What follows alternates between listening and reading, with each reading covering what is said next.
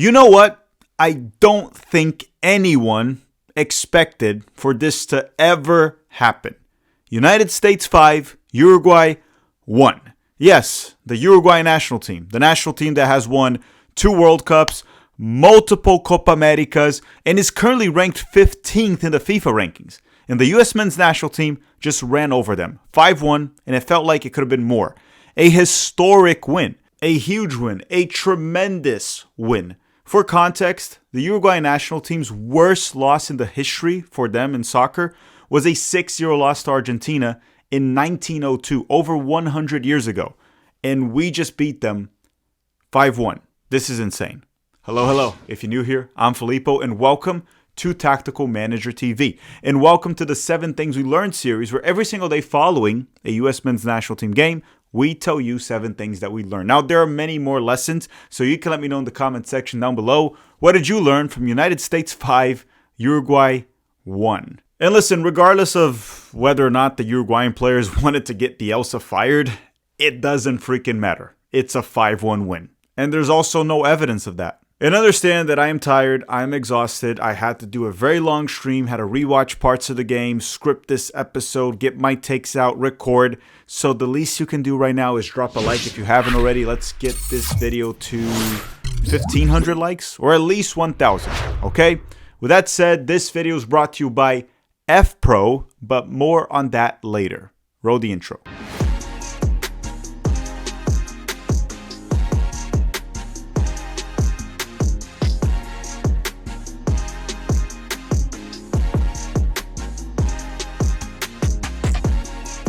Lesson number 1 is that Mauricio Pochettino won me over. Yes, you heard that right. He won me over.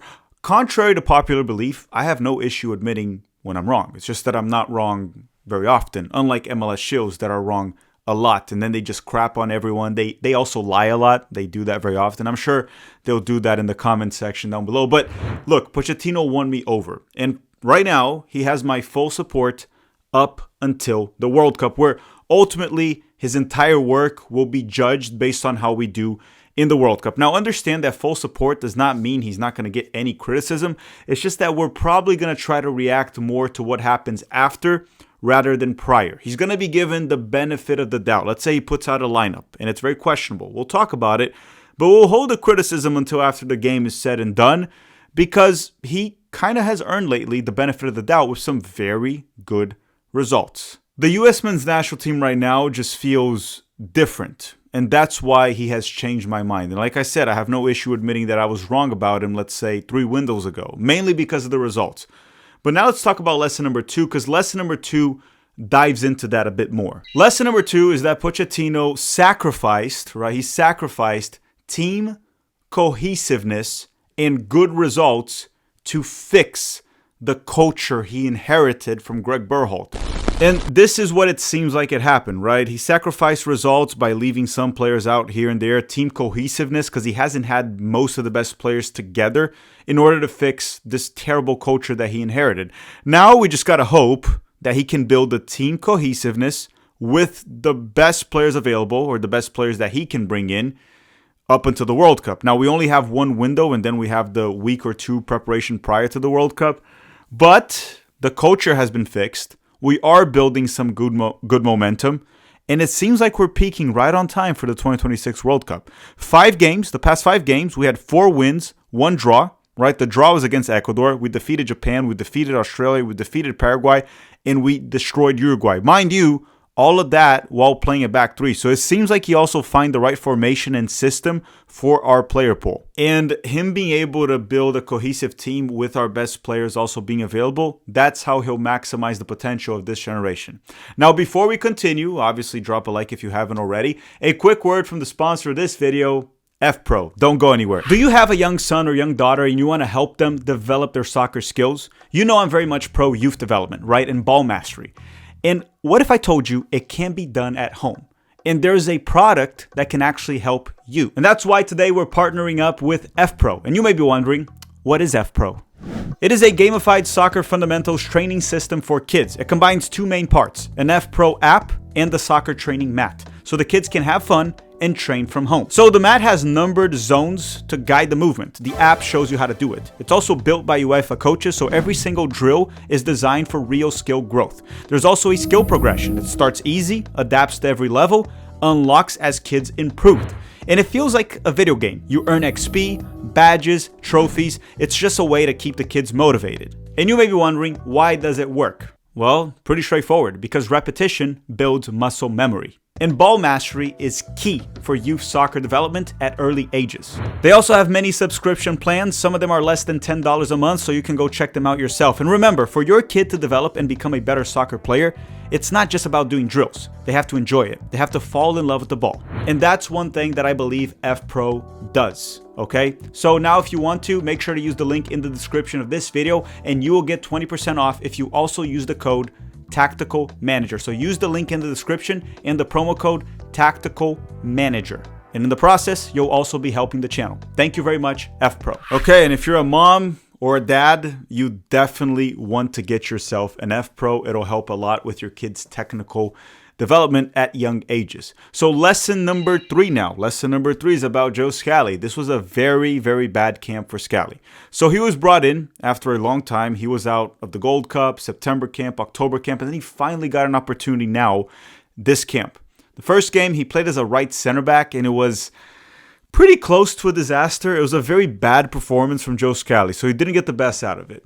And then I thought maybe he would get a chance in the second game, this one against Uruguay, either as a central center back or as a wing back. And this is what happened.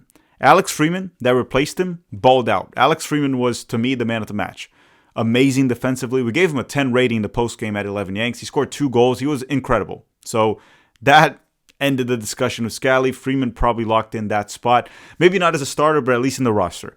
And then when Des was subbed out, Scally still didn't play. Let's just say that after this camp, the odds of Scally going to the World Cup are very slim. Lesson number 4, and this is more of a personal, well, most opinions are personal opinions, but this one is not like a fact. It's just something that I think. Mackenzie has to start with Chris Richards. Whether he's the central center back or Richards, or he's the left center back and Richards is the central center back in the back 3, it doesn't matter to me. Those two have to start. Mark McKenzie was quite good on the ball, in my opinion, so that gives us another ball-playing defender.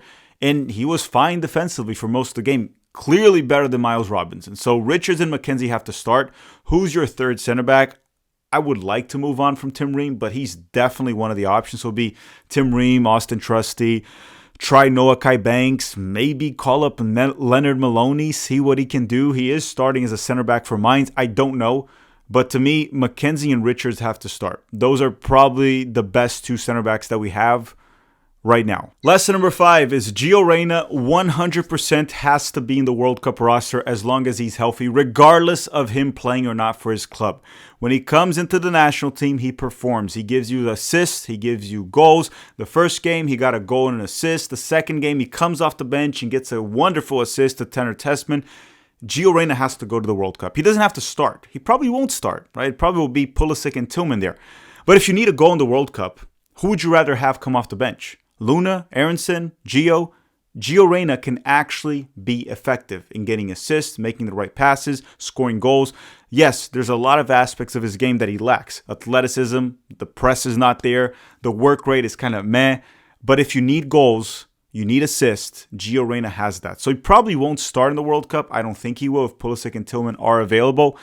But he has to be there. He has to be there. I will literally die on this hill. And once again, I'm saying this regardless of his club situation. Even if he's not playing, he has to be in the roster.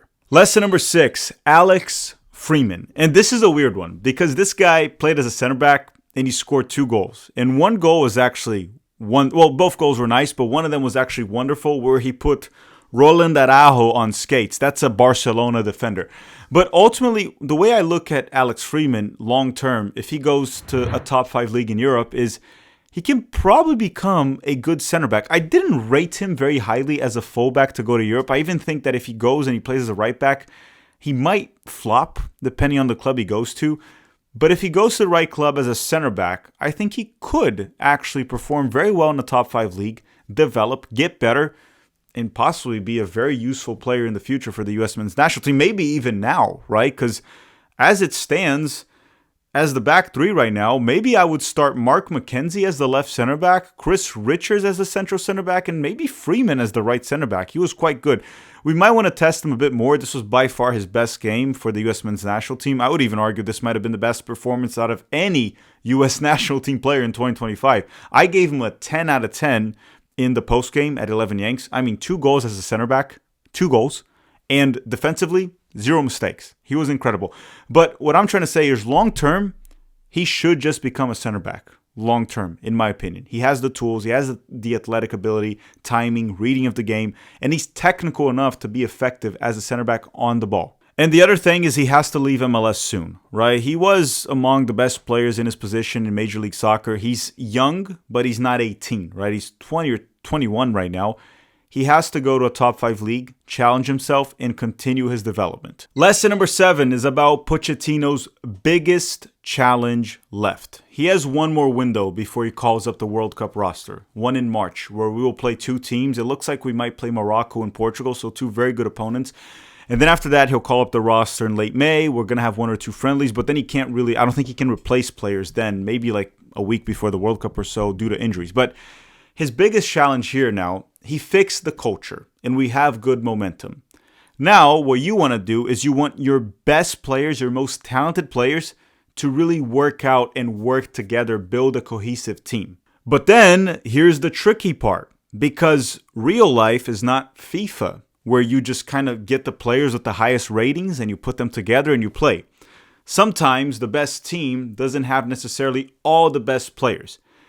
And Pochettino's biggest challenge is finding that balance, right? You want to have the most talented players because they're more likely to be more effective on the field and get you wins.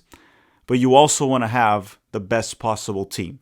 His biggest challenge now is figuring that out. And honestly, I don't have the answer to that. All right, everyone. Thank you very much for watching. Don't forget to drop a like before you go. And don't forget to check out FPro. If you are a parent, if you are a dad or a mom, you're going to want to check it out. The link will be in the description of this video. Thank you very much for watching. And yeah, if you want to also drop a random comment in the comment section down below to rig the YouTube algorithm. Thank you very much for watching, everyone, and have a great day.